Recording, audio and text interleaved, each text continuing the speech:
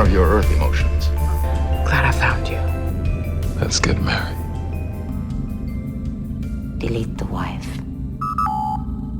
Greetings, everyone, and welcome back to Deep Space Love, the podcast where two married Trekkies explore love in all its forms on the final frontier. I'm Nicole, one of your hosts. And I'm Joe, the other one. And today we're doing something a little bit different than our usual episode format. But before we get into that, we have sort of a mini Trek check, if you will. It's sort of a follow-up to Trek check. I'm going to mess that up. Trek check. Joe recently picked up one of the comics we've mentioned before in previous episodes. You want to go into that? Yeah. I picked up the IDW Star Trek #1, the new line that they started. We mentioned before, the return of Captain Benjamin Sisko from the wormhole aliens. And the first issue is kind of setting up a lot of story. It's we see some legacy characters, some returning characters, familiar faces, but also some new ones that I'm really excited to get to know a little bit more. And I like where it's going. We kind of have a scale that feels really epic, but at the same time, it's very under the radar in terms of the greater universe. So I'm really intrigued to see how they strike that dichotomy and how it shakes out. Issue 2 should be out November 30th, so it's coming out very soon, and I'm excited to pick it up. Yeah, I haven't had a chance to go over to read this one yet, so I'm excited to follow you in that. Tune into the next DS Love episode to find out Nicole's thoughts. Indeed. So, as we mentioned, the episode we have for you today is a little bit different. We had the opportunity to chat with a special guest, the talented director, actor, musician, and citizen astronomer, Tim Russ.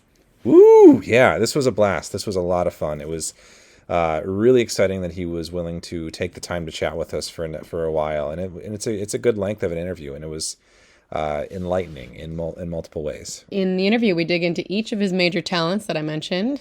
So we do get some of the astronomy and some music background, and some of his directing and acting. Including some Trek stuff. It does come in there at the end. Yeah, a lot of the Trek stuff's a little more at the end, but definitely stick through the whole thing. There's a lot of fascinating stuff. Yeah, he's a very talented, creative person, and we were so happy to have the opportunity to and hang out with him for about an hour. So without further ado, enjoy our interview with Tim Russ.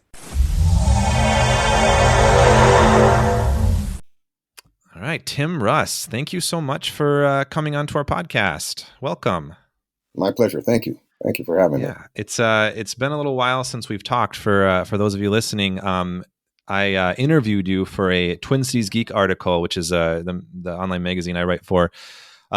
We talked about some of your astronomy work, and thought I'd discuss some of that again. So when we last spoke, you were part of a citizen astronomer movement helping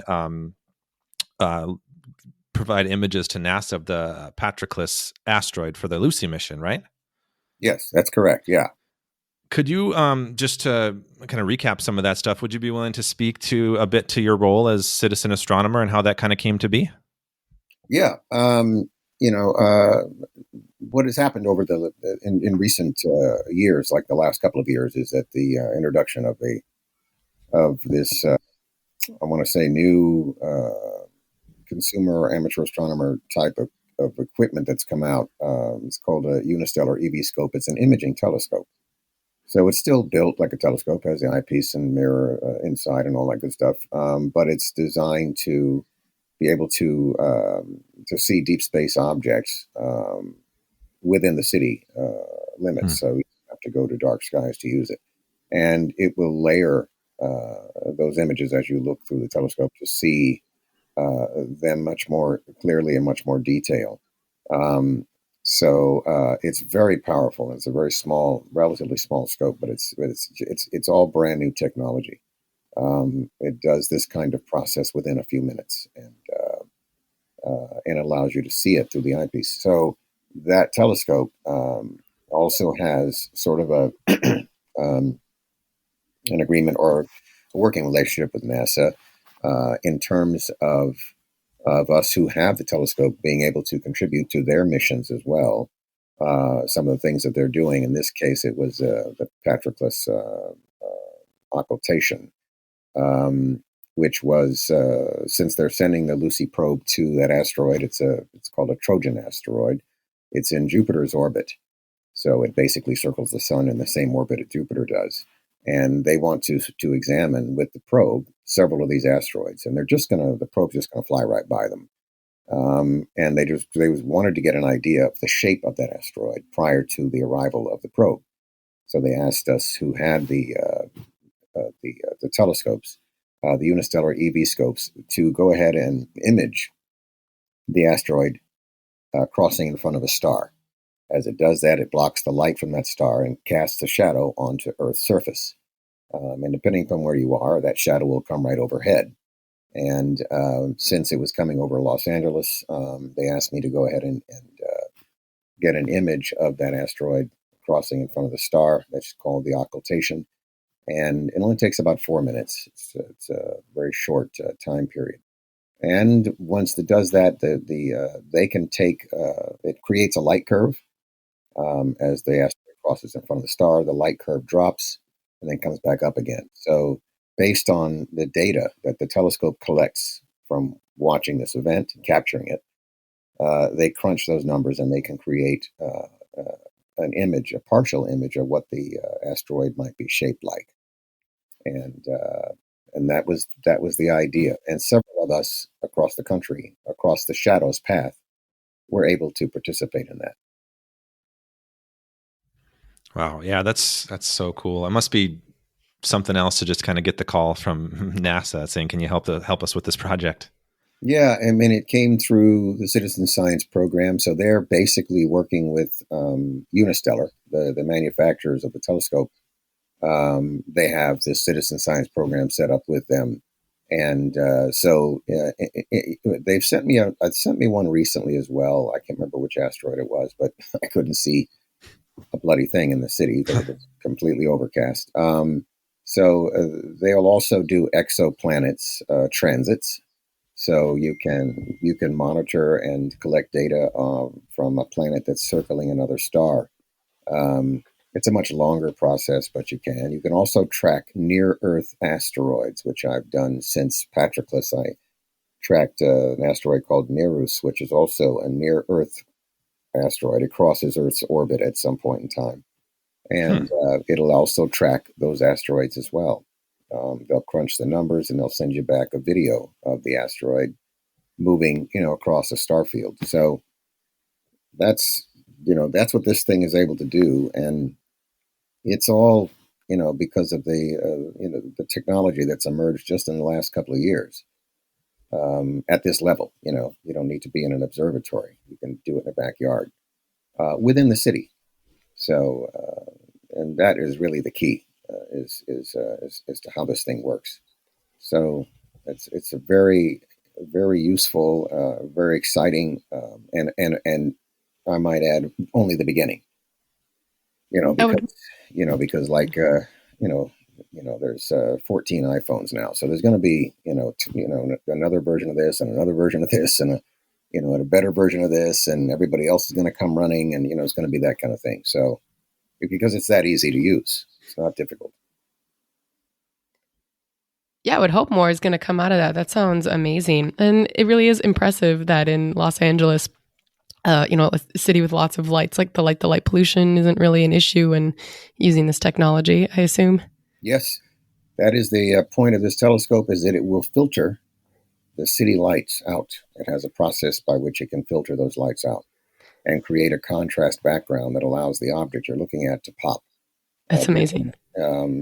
That's quite frankly really the biggest advantage of this telescope, because otherwise I'd have to drive, an hour and 45 minutes outside of town to find skies dark enough to do this.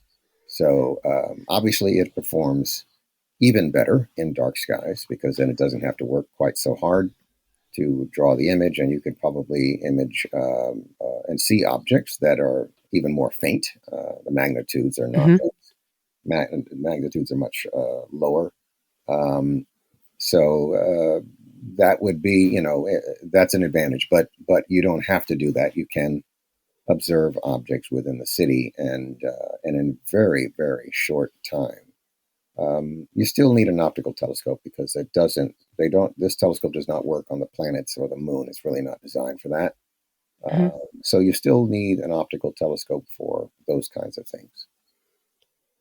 So how long has astronomy and space science been a hobby of yours? You said, you mentioned the technology. It sounds like you've been doing this a long time. And what do you think drew you to the space science as a hobby? Well, I've been an amateur astronomer for about 35 years, and it just I've always been interested in science in general, and space science in particular. And at that time, this is like I said, around 35 years ago, I decided to actually participate in astronomy hands on. And I just decided one day to go do it. It wasn't, no one talked me into it, or I didn't go by and see somebody else's telescope and look through it. I just decided to go do it. So I went out and bought a very inexpensive telescope, a beginner scope, and had to go outside the city to use it effectively, and and learn the sky, the night sky, basically, was to get familiar with where the constellations were, how to locate them with the naked eye, and to look at and find the objects that were in those constellations. And I did that over a period of primarily summers, because summers have most of the objects that are up there are visible in summertime. So I did that for a couple of years and got familiar with enough that I had star charts as well at the time, using star charts to find objects, and I still occasionally do if I have to use my optical telescopes that are manual. Um, but what I did was eventually upgrade the telescopes, which is, of course, what you would do as a hobby. You keep getting better and better. So I upgraded the scopes, bigger and more powerful, and also a variety of different types of telescopes, because each one performs differently than the other. So, and eventually, I've got up to 7. I think 7 now is the count of telescopes that I have. And 7. Wow. And they, like I said, they're used for different things. I have one that I look at the sun. I look at the sun with an alpha filter, a hydrogen alpha filter. Filter that allows you to see the prominences, the solar flares. So I have one of those just for that. I have one, very portable one that's very small, very powerful.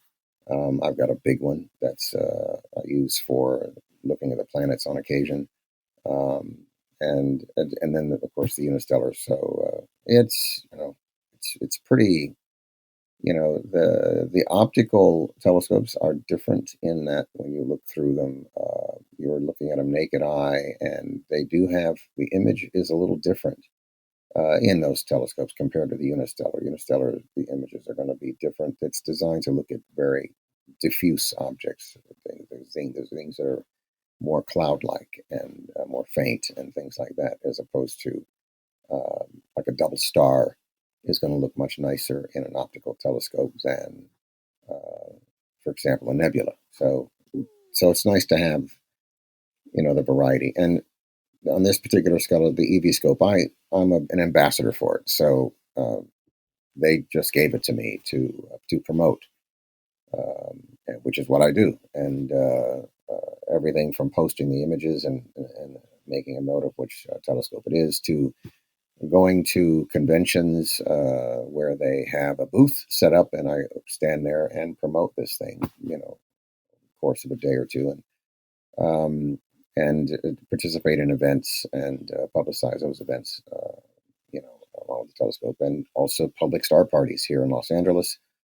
I'll take the scope up there, and the general public can look through it, and it's exposed to the general public, and there's always at least a couple people in that crowd that might be very interested in buying one. So there you go.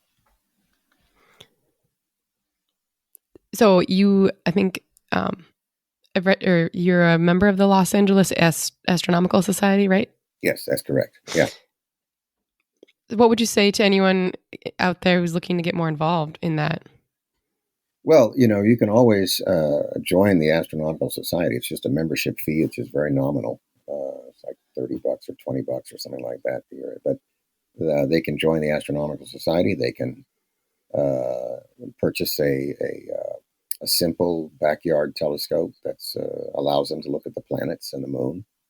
And that's essentially what we do with the public star parties at Griffith's Observatory. We do it maybe once a month, based on the observatory's calendar.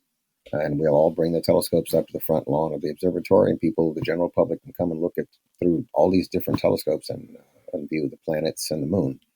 Um, and anyone can do that, and that you can do, from your backyard in the city. So you don't have to be in dark skies to use it that way. Um, and you can see those planets through 4 or 5 months out of the year. So so anyone can participate in that. It's just about getting introduced to the hobby and getting started with the hobby and initially getting the gear for it. There's a book that I wrote a foreword to, which is called 110 Things to See with a Telescope, which is really a really good beginner's book. And it talks about the types of telescopes, and here's what you can see, and here are some objects you can look at, and here's all the do's and don'ts and the how-tos. And it's very simple. It's very easy to follow, and you could get set up with their stuff and be on your way for, I don't know, under $300. You could be looking at the rings of Saturn very easily. We'll definitely have to check that book out. I know you just mentioned the Griffith Observatory, and for anyone listening who's not in LA, we're up here in Minneapolis or Minnesota.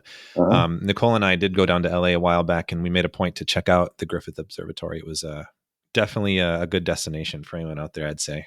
Oh yeah, it's wonderful. I mean, they also, um, I think they just recently completely redesigned the interior. I mean, they had a place shut down for almost a year while they did a remodeling of it. So it's really very cool now. It's got all kinds of cool stuff in it that they added and redesigned the interior. The big scope is still on top of the building, a big refractor. That place is super, super busy, almost every night of the week.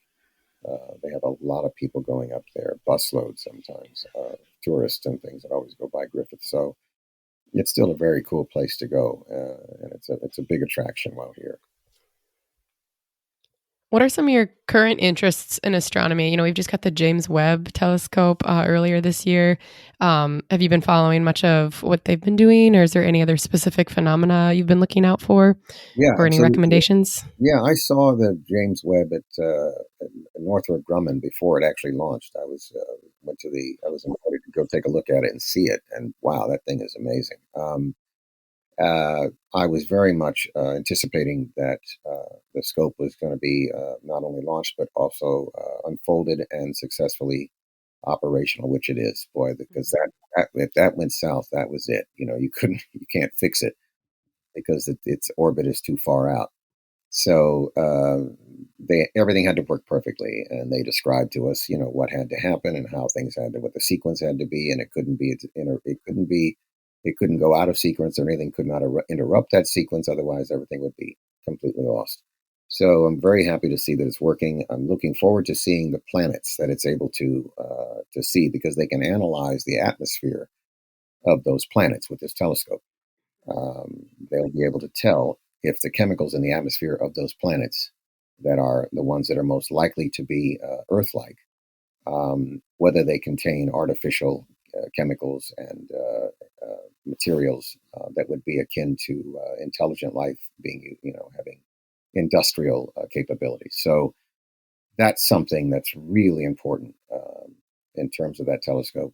The other aspect is being able to look much farther out into the universe, which is essentially looking back in time to see much more of what the earliest of areas of the universe might have looked like. They can go back to possibly the earliest star formation, certainly the earliest galaxies, but the earliest star formation mostly is what they're going to be looking for. And that's pretty far back. So those two things very much looking forward to. I'm working with the Boston Science Museum right now on two different projects. one of the projects that they're doing is going to be a TikTok type social media program that they're doing, where they'll post these short minute long videos that I'm going to make. I've made 4 of them already, and we're going to average. They want to average about 4 per month, basically describing certain features about astronomy in terms of whether it's a James Webb image that's been taken, or one of my images that's been taken with my scope, or whether it's some discovery in general, some fact about space science, and I post it in a TikTok style format. So with the cell phone, straight up and down, and it's a minute long, and the idea is to really push and promote the excitement of astronomy within these clips. And so they contacted me out of the blue and asked me to do it. I said, yeah, sure, why not? So we have an agreement, an arrangement, a business deal with them to do that. So hopefully that'll start up in the next couple of months or so. And also working with the same museum on a Mars mission video game that they put together, which allows young people to participate in a mission to Mars, including the landing and including collecting samples and exploring the surface with a rover and all kinds of things like that. So I'm doing a voiceover a section for that video game as well. Damn, that's pretty cool.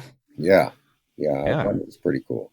Yeah, we'll definitely have to look out for some of those. And if you have any links to some of the projects, we could put them in our show notes too. Yeah, as soon as they get both of those things up and running. I know they're working on the video game right now. We just recorded the voices for them this month, so it'll take them a minute to get all that dialed in. Video games, they take a long time to actually get completed. So, and that is pretty consistent in terms of their development. The video, the TikTok stuff, I'll let you know that, because it's basically a social media sort of outreach for their program, and that's again designed to try to get people excited about space science, and not, it's not kind of meet people where they're at in different forms of media. Yeah, and particularly targeting young people, because that's right. That's what they do. It's TikTok and everything else. So, but yeah,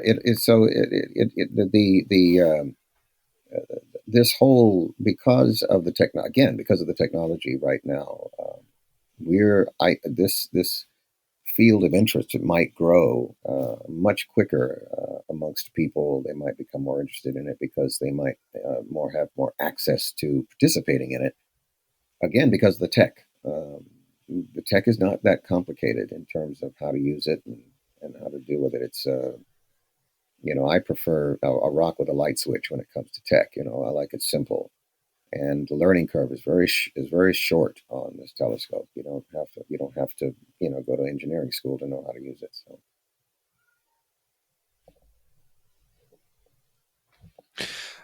yeah, wow, that's all super cool. I was also reading some of your work that you do. I know that so a lot of people know you as an actor, of course, the space science work you're doing, but you've also been directing quite a bit. And I was reading about, you did some work with the LA FBI field office, creating ads on intellectual property theft and cyberbullying. And I think it says you got an Emmy for that. Is that correct? That is correct. Yeah. Well, congrats. That's super cool. Thank you. Do you tend to find yourself drawn more in terms of like your work in like the show business more to acting or directing lately, or are they just kind of two separate things that you like differently? Yeah, well, the acting is sort of on autopilot. It is. I have agents and managers, and they're the ones that do all the footwork. They'll send me the gigs, and we'll decide whether we want to do them or not, and or interview for them or not, and that just they happen when they happen, or they don't when they don't. And I've got to work this week coming up on a show that I worked on before. It was iCarly. I worked on about 10 episodes on the original series. This is the reboot series, so I'm doing a second appearance on the reboot series. That just comes in. The people, they say, "Are you available?" Blah blah blah. Yeah. and you go do it, and that's it. So the acting stuff is sort of has always been working more or less on autopilot. So I don't go out and look for those roles. They just either come in or they don't. And the directing is more that's more about developing and building um, relationships with people who are working on projects, and or sometimes they'll reach out to you with a project and they're interested in having you shoot it. And that's how the gigs that I've done before basically have happened. Those have all been someone else's project, and they, reached out to me to shoot it for them. I started directing on Voyager while I was on the show. So after that, I started working mostly on independent film projects rather than series directing. There's a lot more money in series directing because it's you got residuals and things like that coming in. But in a film in a feature film project, you have more control over the project itself in terms of how it looks and how it's shot and all that. You have to say so. In television, you're sort of a higher hand. You have to work at the behest of the executive producer. They're the ones that control how the television show looks, and it has a look and feel, and you have to follow that look and feel. So there's a give and take. But stuff that I worked on, people have come to me about working on. I've got at least three, even right now, three projects with three different producers that are developing their features, and I've got one or two of my own that I've just finished scripts for. So those kinds of things only come in once in a while. It's not consistent by any stretch. It's there can be years between shooting a project like that, because that's just the way that how it works. So still, looking forward to. I've got a feature that's supposed to direct next spring. I think it's in the spring, early spring or something like that. That the producers are looking at shooting, and then one other independent project a little later in the year. So, we'll see. All those things are, determined upon by the producers and how they pull it together. I would just be coming on board, dealing with the shooting of it and some aspects of the script. I don't have control over the financing or the distribution or the putting together of all that. I don't like to wear that hat. It's not for me. They can have all of that if they want. It's fine. No kidding. It's a lot. Well, it sounds like you got some cool projects to watch out for. You're also a musician, right? And from what I've read, been involved in making music maybe even longer than being in acting. What kind of music do you like to make? Have you performed anywhere lately? Oh yeah, yeah. I've been playing guitar and doing vocals for about 45 years, and I've been in, I don't know, a dozen different bands. I've played all different types and styles of music ever since the 1970s. Everything from rock to R&B to folk, acoustic guitar, singer-songwriter stuff, all the way up to top 40.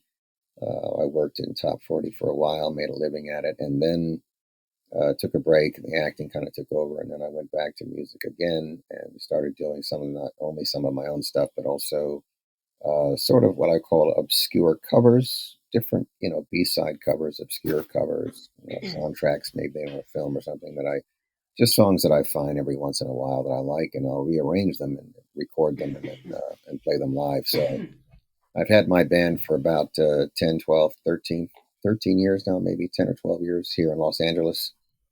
And it's mostly, I want to say, roots music, blues, pop rock, classic rock, sort of in that vein.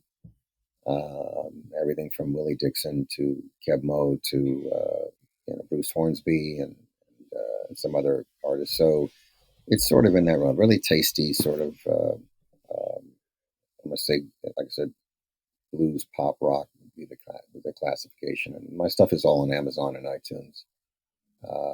Some of it's older, and some of it's more current. Some of it I probably should be taking down because it's been around too long. But and I think the last CD that I recorded was about maybe 2 years, 3 years ago. that I put out. So I haven't got any plans to go back in the studio right now. I just like playing live. So we played in Vegas, we played on cruise ships, we played in Europe. I don't tour normally, don't have time, and no desire to arrange all that stuff. Yeah. I just play when the gigs come up. And in town, I play about 1 or 2 nights a month at 2 different clubs here in town, and that's regularly. Which clubs do you tend to frequent down in LA if people want to come check you out? The Kibitz Room. Okay. I've got sort of a residency there, and cool. that's in Los Angeles on Fairfax, and I play in Long Beach right now. I've been playing in Long Beach at a club called Di Piazza's, which is a pizza place.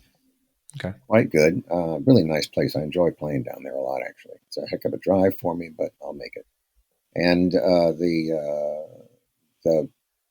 like I said, the material is all out there. I've got a couple of music videos on YouTube. The songs that I've recorded, one of them is mine, and one of them is a standard that a lot of people have covered before, which is a blues track. It's a blues ballad. That's called "Lead Me Home." The other one is mine, which is called "We," and it's sort of a satirical look at the state of affairs, between the average person and the mega corporations and businesses and utilities you have to deal with, where you're basically just treated as a number and not a person. So it's a satirical look at that kind of thing. And those are both music videos that are on YouTube. Interesting. We'll definitely have to link those as well. Yeah, they're out there. They're definitely out there, and they're easy to find. Sounds like a lot of fun. Yeah, it's music is. I can't, I hope to never not be able to play. I really would be very unhappy if I had lost the ability to play or was not able to play for whatever reason to perform. I enjoy it tremendously, much more than recording. I don't enjoy recording that much. It's kind of sterile, but I do like playing live music a lot.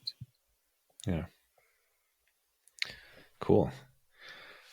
So Tim, I know we talked a little bit about how we were kind of going to skip a lot of the Star Trek questions. I know we've probably been asked those questions numerous times under the sun over the years. But we did mention talking a bit about your independent Star Trek films. So you did Star Trek of Gods and Men, which was a celebration of the 40th anniversary, I believe, and then Yes. Star Trek Renegades, and then the kind of continuing non-associated, like officially with Trek, like Renegades, the series. So Nicole and I actually just rewatched of Gods and Men the other day just to see where that all began, which it's a lot of fun to watch and it's so cool to see. But I know that was kind of a dry spell for Star Trek. What kind of was the inception of that idea and how'd that come to be? I was approached out of the blue about Gods and Men. As I mentioned before, these projects, you get an email or a phone call, and all of a sudden you're busy for the next 6 months or 7, whatever it comes out to be. It came in out of the blue. I knew the producer personally who called me about it. I worked with him on a short film before that, and he said, "Well, I've got this Trek idea I want to work on," and I said, "Okay, well, yeah." He asked me if I was interested in shooting it. I said, "Yeah, I can work on it. I can shoot it." He sent me the script, and we didn't have a script, so we had to. He's got a couple of writers he's working with, and we all sort of pitched in on a story. So that story is sort of an amalgam of several of us, coming up with the concept and then having the writers execute it, and the premise and all. So, and then he started once the script was done, he started collecting and reaching out to the actors to be in the project. And at the time, I think he had an independent backer. That was before crowdfunding. So he had an independent backer who financed it, who was a huge Trek fan. He had money, to burn. So he said, "Yeah, sure, I want to back." And of course, he wanted to be in it. So we put him in a Klingon outfit and let him run around and get shot or something, I think, in the story. And I reached out to a couple of my castmates on the show to say, "Come on and do this with me." And the process was not so easy and rather painful to actually get it done because at the time, the producer was not really experienced in pulling Oh, something like that together. It takes a lot of planning, and you have to have that really dialed in. So the conditions we were working in were absolutely horrid, and ooh. there were some things that were not done on time in order to, be able to actually shoot and roll. And we had to enlist the help of my girlfriend, who's now my girlfriend. She was there at the time on vacation or something. She was just hanging out, and we had to enlist her services as a seamstress to go ahead and create these a couple of the costumes that were Oh, not wow. not made, not delivered in time for shooting. So, but she was able to do that, and we didn't lose a day of shooting. We managed to get it done. It was the middle of summer, and there was no air conditioning in the building, so it was about 1 billion degrees, and it was humid. So we had to shoot at night to get it done because it would cool down just enough. So we managed to roll in that thing. We got some good footage. I had a really good DP. I had good people on camera, some very good actors, Alan Ruck and a lot of others. I mean, these guys are top, and we were able to pull that together and get the editing done. I enjoyed that project as far as once it was put together. I still think I love the storyline, and I think it works really well. So that one came off very, very good. Yeah, when we watched it, I mean, it's really fun to watch. I know it's a little bit older, 2007, I think is when it came out. But I noted in my notes here that I was just impressed that you guys got Alan Ruck back again. It's because I Oh think yeah, that's the only other Star Trek thing he's done other than his small role in Generations, right? that's correct. That is correct. Yes. Yeah, and that era has always fascinated me. So I love that you guys got him back to just do some small things Yeah. in that time frame. Walter and Michelle and everybody was just it was a lot of fun, and I thought that the writers put together a really tight story on that. Hmm. It's a very interesting story, and we got a chance to resurrect some characters from the original series. Yeah. The bad guy from the original series, which was great, and that was our intention. And the actor who played him, we actually tried to get the actor who actually played him in the series, Hmm. Charlie, but he was not available. Oh. He was sick at the time, so he physically wasn't able to do it. But the actor we got actually looks more like him than the other actor themselves. I mean, it was really, but he looked more like the original actor when he originally shot it, and he had the same vocal pattern and quality as well. So couldn't go wrong. It was very good. We had a good time with that show.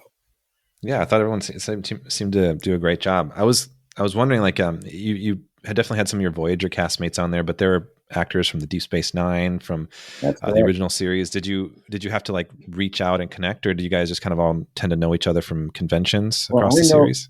I know them personally from having either worked with them or from the conventions. I had worked with Walter before. I'd worked with Alan before, and so it was between myself and the producer. We were able to reach out to them and see if they would come and want to do the show and work on it. So, and it's just a question of reaching out to them, and if they're too busy or they're not interested, it's not you just move on. But it's easy to get a hold of them. Um, I've got a few of them in the Rolodex, and their producer had a couple of them as well. So we just reached out to them, said, "Hey, come on, let's do this," and they did. And I think and the same thing happened in Renegades, which followed Gods and Men. Again, I was to minding my own business, and the same producer reached out to me and said, "We're doing what at that time was a pilot presentation. Renegades is a pilot presentation. The very first one was a pilot presentation because, like you said, there was a great big, empty space in terms of Yeah. new production going on for years." And I was wondering if they were ever going to get back to doing anything on Trek because the fans were still going to conventions in the tens of thousands, hundreds of thousands out there still. And they had nothing on the air. So uh, at the time, the producer thought, well, why don't we? He wanted to make a pilot presentation so that he could pitch it. That was a pitch. Oh, Paramount. That's what it was designed for. okay. Rather long pitch, 70 minutes. Typically, you don't have to go that far, but we cut a trailer out of it. We were hoping that they would get them to entice them to look at it and stuff. But, true to the way Hollywood works, as soon as we got done with the damn thing, they were already in development on the next series. So Oh it no. was just missed it by a little hair. Yeah. Uh, so so he wanted to do that, and the process that time was crowdfunding. By the time we did Renegades, crowdfunding was up, so we crowdfunded that whole project, and we crowdfunded it in like a week or two. It was all done. It was completely the budget was reached in a week, because there was no Trek, and this was going to be Trek. So we were wide open. We didn't have to worry about any copyright issues really, because it's just a pitch. It's not a Hmm. they weren't, wasn't designed to be sold as a commercial product. So because you don't own the copyright for it, but the only thing we were able to do was to raise money very quick and easily to use it, because all you have to do is put the word Star Trek in it, and people will start donating money. Yep. That's it. As soon as you put those two words in, I don't care what the follows Star Trek is, Star Trek whatever, Star Trek, Boondocks or Star Trek whatever. It doesn't matter what you call it, as long as you put Star Trek in front of it. And they raised the money very, very quickly. And we were able to, we shot on a dual sound stage for a lot of it, green screen. We had CGI special effects, and these guys, not only in the States, but over in Germany and Europe, and were doing all the CGI for us. And it's, top notch stuff. And uh, we had a really good DP for that as well. Really good. He worked on Gods and Men also, but he DP'd this one. And we, had the writers. It was the same writers from Gods and Men that put the story for Renegades together. A buddy of mine played the lead bad guy, Barada. And we took off, man, and shot that thing. So it's, I really liked the way that it came out. I liked the way it looked and felt. I mean, we built sets. It was massive, that project. So we managed to get it done and make it happen. Yeah, it was impressive to see. And I think we were actually backers on Renegades when you guys were funding too. We watched on Blu-ray when it came out, but it was definitely impressive to see. Yeah, you guys definitely had an upgrade in some of the special effects work and the set work. You could tell the bigger scale that you had to work with, which was fun to see. Oh yeah, oh yeah. Um, I thought when we were just an aside, when we were watching Of Gods and Men the other day, it was especially poignant to see that it was cool to see that you shared a lot of scenes one-on-one with Nichelle Nichols. I thought that was nice to see, especially given her, recently passing. It Oh must yeah. have been kind of a powerful and really fun to work with her, like especially as such an icon that she is. Oh yeah. It was absolutely. It was wonderful. I mean, I'd worked with her even before Gods and Men. The short film that we shot was called Roddenberry on Patrol, which was basically a sort of a tongue-in-cheek look at how Gene Roddenberry actually got his start in producing Star Trek, where how he actually came up with the concept of Star Trek. And it's a really cute film. I don't know if it's been uploaded to YouTube or not. I'm not sure because I haven't actually looked for it recently to see if it is. I have DVD copies of it, but I don't know if it's been uploaded. But it's called Roddenberry and Patrol. It's a I'll take a look for it for sure. cute little short film that basically is about him coming up with the concept of Star Trek. And in the film, he was Gene Roddenberry was originally a motorcycle cop in Los Angeles. He was a Chips. That's what he did for his day job. And then he wrote as a freelance writer. He wrote for a lot of the westerns, Gunsmoke, and all those kind of shows. Rifleman. He was writing as a freelance writer for those western shows, and so that's how he made his extra income. And he also got a foot in the door to try to pitch Trek. And he was, in our story, he needs certain. He's working on the concept, but it's not complete yet, and he's just missing a couple of elements. And so in the story, the elements come in based on the people that he encounters. So Walter Koenig is in as well, He encounters Walter Koenig at his house, and Walter says something that gives him an idea about Star Trek. And then he encounters Nichelle Nichols, who is a receptionist, and she's on the phone, right? With the same headset-looking piece that she had on Trek, very similar, but she's on a phone at the switchboard, and she says something that gives him an idea. So there's people that he runs across in the short film, including my co-castmate Robert Beltran, who in the story apparently as the A or B plot in a story, um, people are getting their red shirts stolen. Anybody with a red shirt is having their red shirts taken from them and by somebody, and so Robert Beltran's character is complaining about somebody who stole his red shirt. And eventually, the police officer finds the guy that's hoarding all the red shirts. And so that's the A story. And the B story is, of course, Gene's character as he's investigating this crime and running into all these people. He ends up coming up with the concept of Star Trek. And that's it. That's the short story.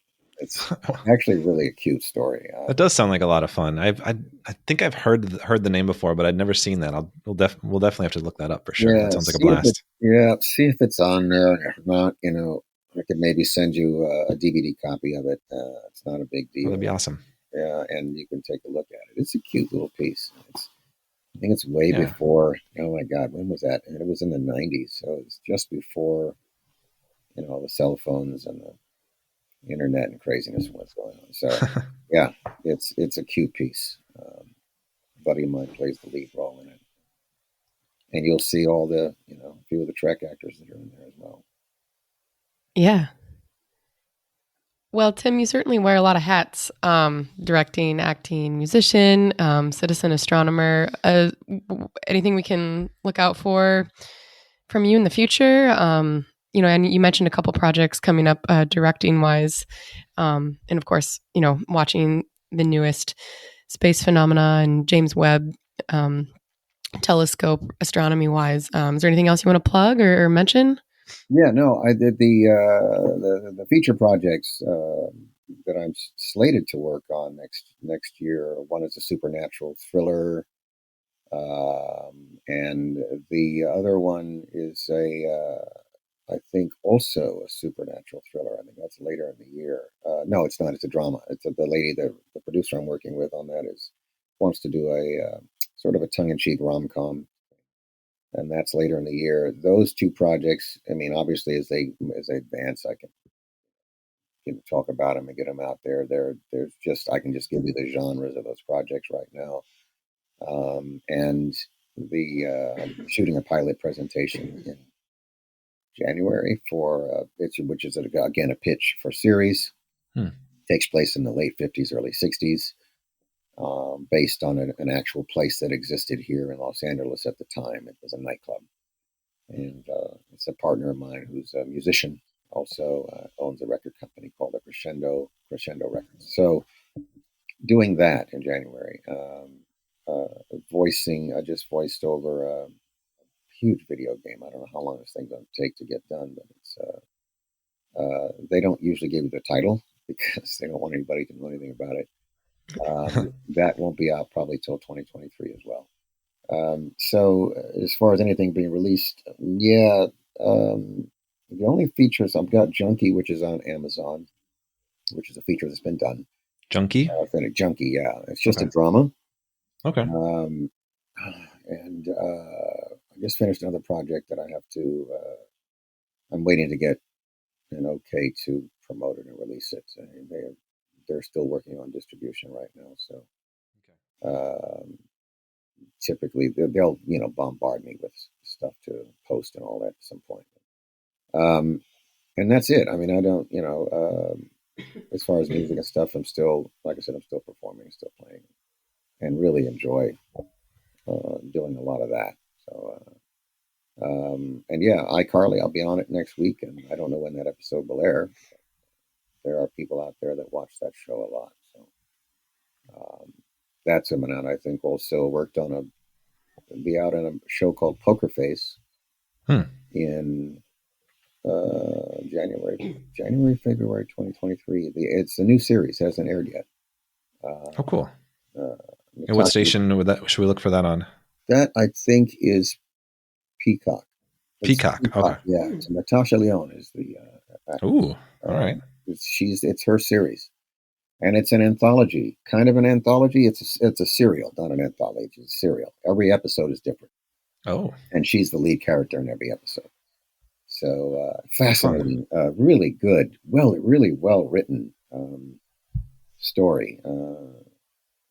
The one I was in particular was done very well. It's got a Hitchcock sort of theme to it. Oh, And definitely look out for that. that'll be I think it starts in January, Peacock. And I don't know. And that was called Poker Face? Poker Face, right. I don't know what the other episodes are, but in mine, stars Nick Nolte, and there's some really cool stuff in that episode. I mean, cool stuff. So I was really impressed with what they put together for that episode. And I had to go through the ringer on that thing myself because of special effects that they made and put together for it. It's pretty cool. Very impressive. They spent, a lot of money on that show. So that thing is going to be pretty wicked when it's done. They no holds barred on it, and that'll be out in January. Yeah, that sounds super cool. Yeah. Well, we won't take up too much more of your time, but thank you so much for taking the time to chat with us, Tim. It was a pleasure. Oh, not a problem, man. Not a problem at all. And like I said, I'll send you, since I have your email, I'll send you the links to the two songs, the music videos, and I'll see if I don't have a link for Run Bearing Patrol, I can send you the DVD if it's not on YouTube. I'll have to check. I've never looked on YouTube to see if it was on there. I don't know if the producer ever uploaded it to YouTube or not. Damn near everything else is on there. So yeah. But I'll let me see know. if not, I have a copy of it on DVD. I got plenty of them, so I'll shoot it to you. Otherwise, I could see if anyone is going to upload it to YouTube and see if they can do that as well. And if not, like I said, I'll send you the links for the songs. If I have a trailer for some of the stuff that I worked on recently, I'll send that as well. There's one feature that I did work on. My daughter actually stars in it. Wow. She's the lead actress in it. It's called Slayer Chronicles. It's a horror vampire thing. That's it. I appreciate you having me on, and I hope this interview works out well for you. For sure. Well, thanks a ton, Tim. Thank you so much. My pleasure, guys. Take care. You too. Thanks for listening, everyone, to our interview with Tim Russ. Yeah, it was a blast. Yeah, indeed. I think that, excuse my voice in that, I think I was a little bit hoarse following some sickness at the time. But anyway, we're excited to, let's see, we're in November now. December, we will have something coming up for you. So thanks for sticking with us. And, if you haven't done yet, review us on wherever you get your podcasts. Drop those 5 stars. Yeah, and follow us on at DSLovePod on Twitter. And otherwise, until next time, love long and prosper, everyone.